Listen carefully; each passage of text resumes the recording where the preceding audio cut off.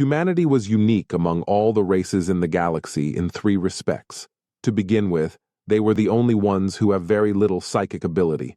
Secondly, once they mastered speech and logic, their brains did not adapt to suppress emotions, making them the sole species in this regard.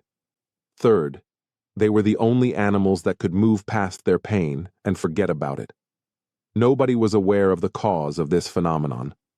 Up until the most potent scions in the galaxy, the Ythaxil, made the decision to examine a human's psyche. The Ythaxil were renowned for their ruthless application of telepathic power to destroy the free will of their adversaries. They would enter the victim's head, comb through it until they found the source of their weakness and free will, then repress it to such an extent that the victim's mind generally broke. The skeletal remains of the body remain, entirely supple to the scion's will.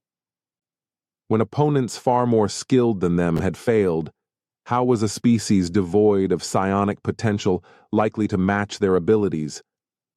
The galaxy observed with something approaching to sympathy as the Ythaxil dreadnought, known as the Silent Marauder, slipped into low Earth orbit.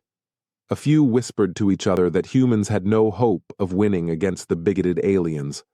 However, what transpired was entirely unanticipated. The Ythaxil forces resigned in 5 Terran days, offering humanity an alliance and compensation for any casualties incurred. Naturally, humanity embraced the abrupt shift in heart with grace, even though they were unsure of the cause. The matriarch viewed the report from the former High Scion from a different location on the Ythaxil homeworld. Their attitude towards humans was immediately reversed as a result of the inquiry. Baslian, the chief scion, looked on icily as the Ythaxil planetside forces marched on all main centers of human population. A female human soldier had already been taken prisoner by them. Baslian would want to tear her mind apart. Though he wasn't anticipating much of a fight, he wanted to cherish the fact that this would be his first human. He strolled over to where the human soldier was being held, thinking to himself, and saw that he was chained and prepared to enter psychically. He turned on the probe and whispered almost to himself, "Let us begin." His thoughts sprang outward, sending psychic energy tendrils into the minds of people. He met with the feeble opposition he had anticipated, but her might was insufficient to offset his nearly surgical accuracy. After a little while, he was in. Penetrating her brain layer by layer, he sketched out the mental landscape, revealing and appreciating each and every secret and memory. However, he occasionally believed he felt another presence in the emptiness. He ignored it, though, since how could a species so mentally deficient defend itself against the Ythaxil? Then he discovered it. A force so great and strong that it made him hesitate, his tendrils trembling. Though psychic, it was not like anything he had ever experienced. "Ythaxil, you ought not to have come here." This voice was not that of a person. It was too strong, too deep, and too old. Baslian saw danger right away and began setting up his defenses. "Who are you?"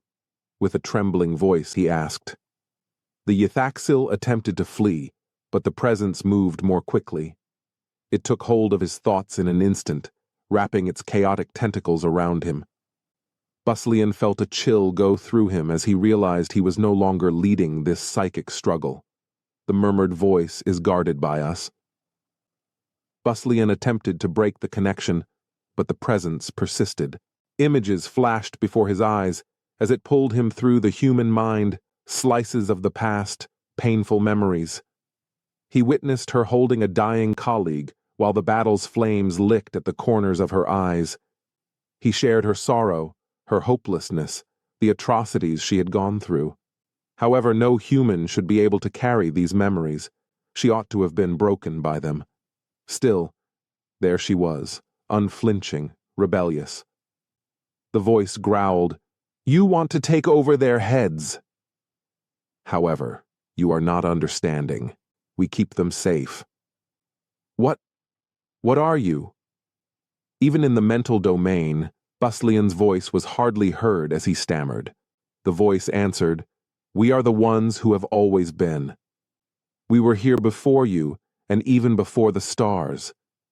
Ever from the beginning of human history, when they first encountered dread and death, we have kept watch over the human race. We protect them from things that could shatter them." Buslian's consciousness was overtaken by other sights, pictures of innumerable human minds, each one protected by a distinct entity.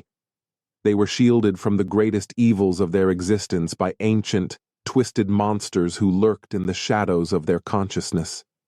He witnessed one of these beings tenderly erasing the image of a mother holding her deceased kid, easing her agony just enough to allow her to live on. Another took the harsh edges of the pain so the soldier could still fight, standing vigil over a soldier who had watched his whole unit destroyed. Do not misunderstand these, though. They were not gods. They weren't kind people. They served as protectors of chaos, consuming the unprocessed emotional energy of human misery while shielding their hosts from succumbing to it. They received nourishment in exchange, establishing a symbiotic connection that is as old as humanity. With a shaky voice, Buslian said, You feed on them. You protect them so you can survive. We thrive off of their anguish, fear, and wrath.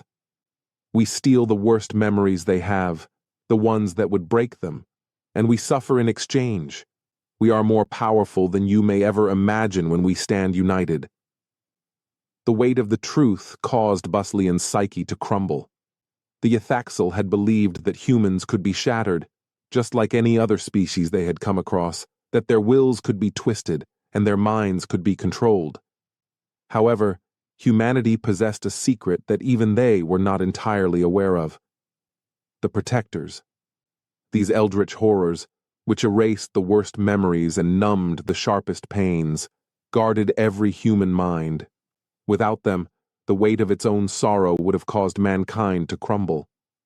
However, with them, people could survive anything.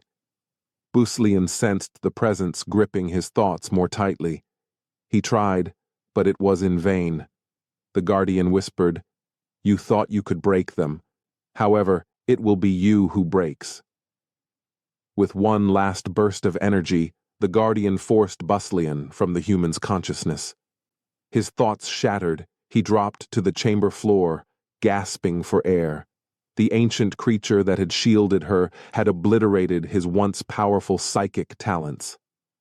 The human blinked, her mind free of the intruder, oblivious to the struggle that had just occurred within her own head. She scowled as she peered down at Buslian, who was shivering on the ground. What? What transpired with him? Confused but unfazed, she questioned. The guards hesitated, not knowing how to proceed. They had never witnessed such a fall from a high scion. The human felt a soft, almost imperceptible whisper in the back of her mind as she looked down at Buslian.